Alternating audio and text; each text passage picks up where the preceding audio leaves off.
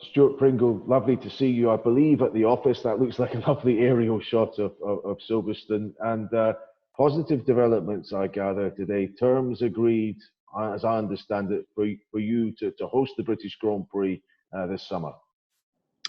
Yes, I'm delighted that we've got an agreement in principle with Formula One to host not one but two Formula One races at Silverstone this summer.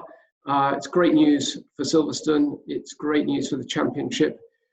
It is, of course, entirely subject to the government approving it and the situation nationally allowing sport behind closed doors to take place. And it's very important that I make that caveat clear. But there is an aspiration for sport to return behind closed doors, as you've been reporting so frequently and so accurately. We hope that happens. We're a little way after the resumption, and so we hope that that'll be a positive experience, and Formula One should be able to follow. But yeah, it's good news for us. Yeah, we should perhaps touch on that in a moment. But are we looking at the 26th of July and the 2nd of August? Are those confirmed dates? They're not confirmed, actually. There has been some speculation around those dates. I'm not going to confirm those because Formula One is trying to put together its championship calendar, and there is still movement, and they've got some challenges there.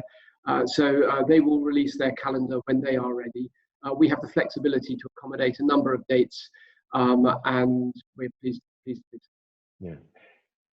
Having lost Monaco and maybe one or two other big circuits, maybe not appearing on the calendar, how important was it for F1, did you sense, that the great Silverstone circuit, which produces such incredible racing year on year, was part of the calendar? And how important did you feel as a racing man that you should be a part of it?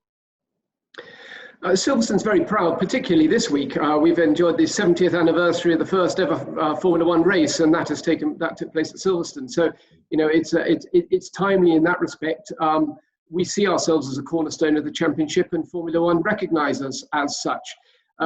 It still amuses me that one of the oldest circuits on the calendar year after year produces some of the best racing.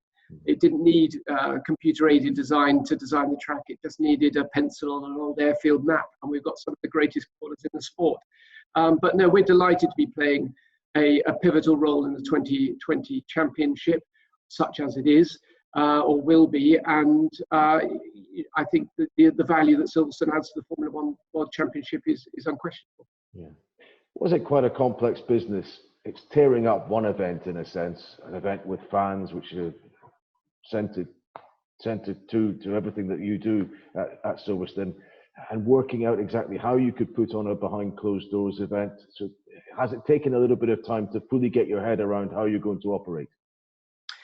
We're still getting our head around it. There is work taking place, and will do right up until the delivery. And let me stress again, this is all entirely subject to the government giving it the green light, and so that may be a reason why these do not happen.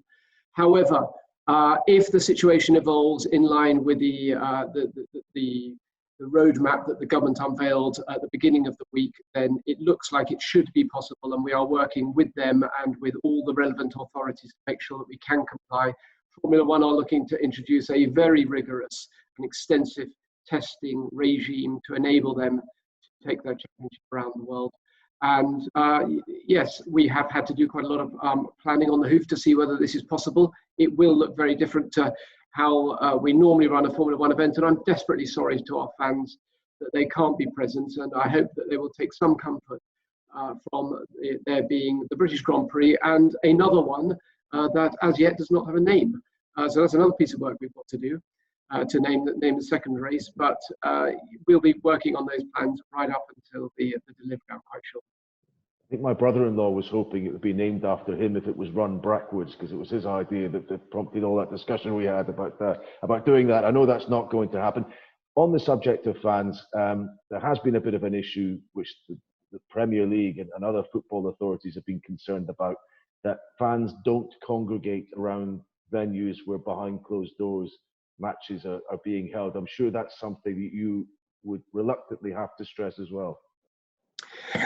Yes, I'm sure we'll be putting out some clear messages as we get closer to the event. it's a little bit early for that for us, but will be behind closed doors. The public will not be allowed to attend, and that includes having a peek through the fence. But we're well used to running private tests. We do private testing. We have a secure venue. It's what we do. So we'll be able to manage that situation, and we'll make sure that everybody is clearly appraised of the fact that they can't come to Silverstone closer to the events. It is fan-centered, as I've been saying. Is there anything you're exploring to try and somehow render that fan experience and make it a little bit more immediate, even if it is going to be via the medium of television or the internet or other distanced means of following this event? Absolutely. We will be, we're incredibly lucky. We've got the most knowledgeable and most passionate fans of any circuit on the World Championship. And I've been hugely heartened by the support, indeed humbled by the way that the vast majority of fans who booked into this year's event have asked for their bookings to automatically immediately be carried over to next year's event. So I know we're going to have a fantastic crowd in 2021. As a thank you to those that want to move their tickets forward to next year, we're actually working with your colleagues at Sky, Craig, to create some exclusive content only available to ticket holders for the 2020 Grand Prix who have taken their tickets to 2021 as a thank you. So that's going to be really special stuff that I'm very excited about working with the Sky Sports F1 team to create. But we've got some really exciting ideas. And we've already offered some other incentives and thank yous to the fans. Their reaction has been universally positive to the decision we've had to make. They've recognised it's been with a very heavy heart. It's not Silverstone style to keep the fans out.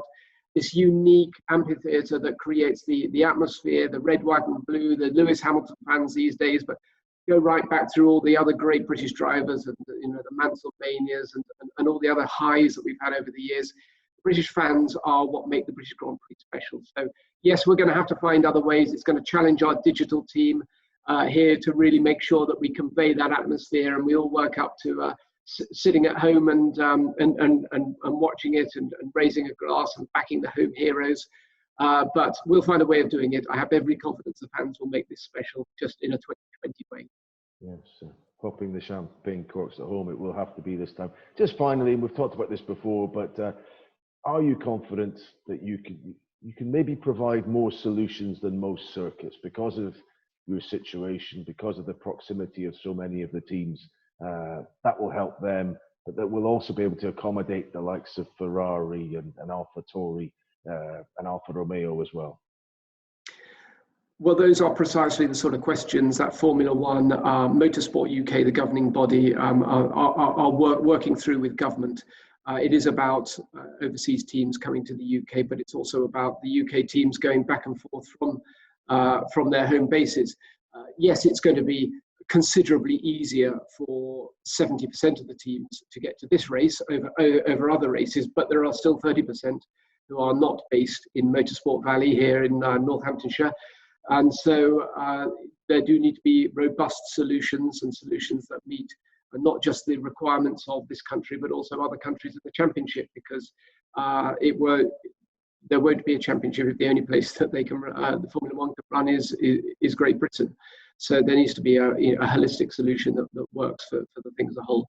I know there's a huge amount of work going into that. I know there's a lot of desire on everybody's part to find a workable solution, and there's a little bit of time still. So I have high hopes that those solutions will be found.